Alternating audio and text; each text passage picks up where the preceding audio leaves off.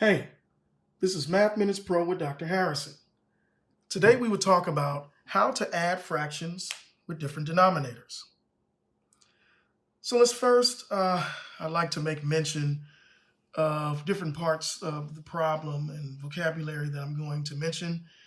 Throughout this video, you're going to hear me use the term expression, terms, ratio, numerator, denominator, multiple of a number, and LCD, which stands for lowest common denominator, and LCM, which stands for lowest common multiple. Complete definitions of all these terms are included in the description below of this video. So let's first start by writing the math expression we're going to start with. So I'm going to start with fractional expression 1/2 plus 2/3. Now, reviewing different parts, of course, we know that the numerator is the number that's at the top of a fraction. The denominator is the number at the bottom of a fraction. Another word for fraction is ratio, which just means when you are comparing a numerator and a denominator in an expression. Now we have terms. 1/2 and 2/3 are both terms.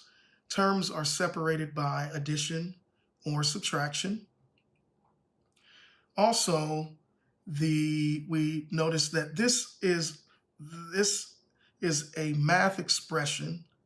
It is a fraction expression because it expresses a value.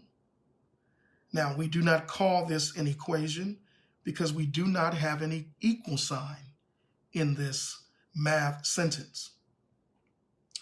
So, first, what I'd like to start with is acknowledging our strategy, our approach. In order for us to add these two fractions and simplify it, we first have to get a common denominator. Notice we have a 2 and a 3, two different denominators. It's usually easy to add fractions when you have the same denominator because you keep the denominator and add the numerators, but this is different in this fraction expression. So in order for us to do that, we need to get a common denominator. Our strategy is that we're going to get a common denominator, and then we're going to rewrite this fraction expression where the denominators are the same, and then add the numerators and get our final answer.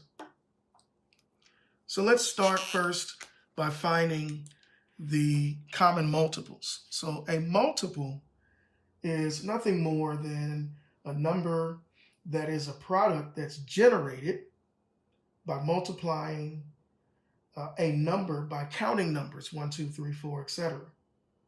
All right, so I'm going to show you how we do that. We're going to find the multiples of 2 and the multiples of 6 and see if we can find which one do they have in common. So I'm going to make a table over here. Okay, I'll let this represent my numbers. I got 2 right here, and this will be the multiples. Okay? And remember, we're going to multiply this 2 by counting numbers. So 2 times 1 equals 2. 2 times 2 equals 4. Extend that a little bit. 2 times 3 equals 6. I could keep going. I'll stop with 2 times 4. Go ahead and erase that a little bit, make that more visible. Okay, we'll make that 2 times 4, which equals 8. So here we've generated our multiples of 2. Now let's generate our multiples of 3. Make a table again. And again, these will be our multiples. So this time we're going to find the multiples of 3.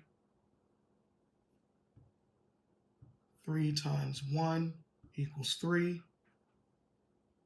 3 times 2 equals 6. We can stop right there because if you notice, we just found a common multiple. 6 and 6. So I'm going to write that the LCM equals 6. Now that we know that the common multiples of 2 and 3, which are the denominators, are 6, what this means is that our least common denominator, L least common denominator,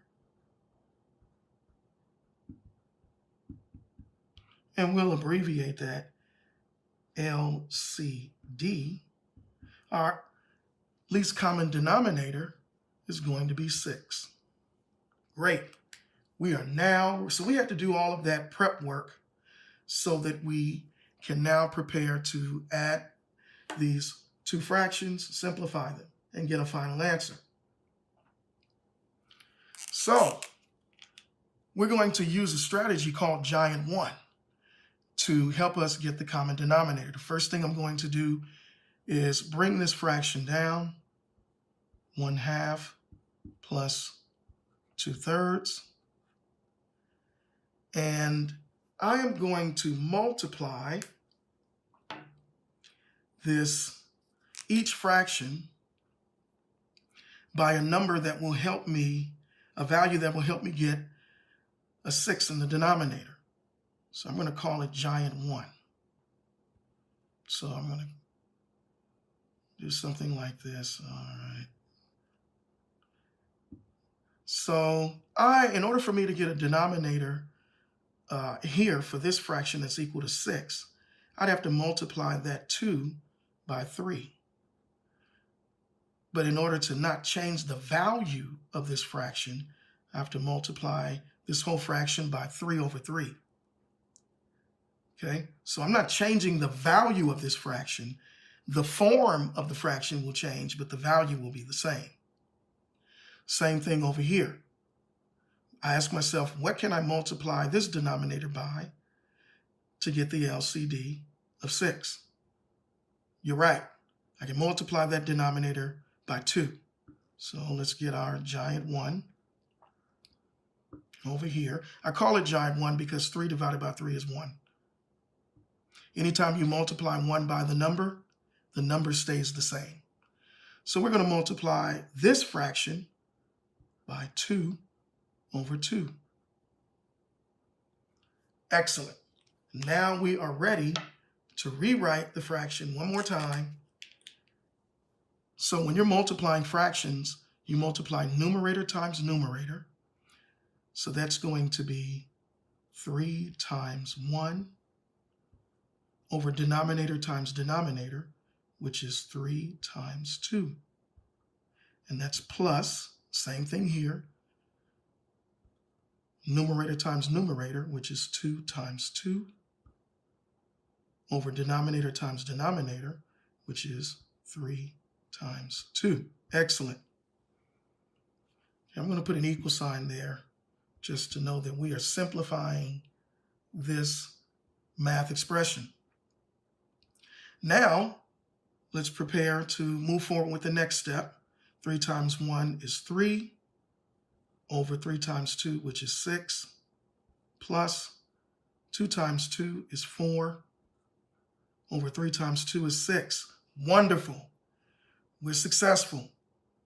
We have modified this fraction in such a way that now we have common denominators.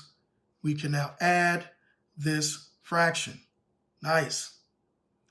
So when we go ahead and do that, we're going to get 3 plus 4, adding the numerators, over 6, keeping the denominator.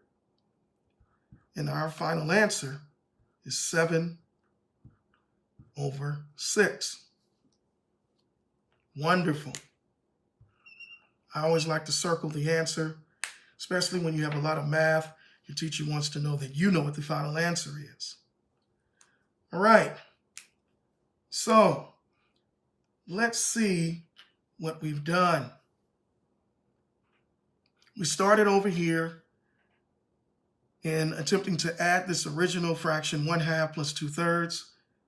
We generated our multiples of 2 and 3 because they're different denominators. We multiplied 2 by counting numbers. We multiplied 3 by counting numbers. We noticed that the common multiple was 6, so the LCM is 6. We needed to get the common denominator. Common means same.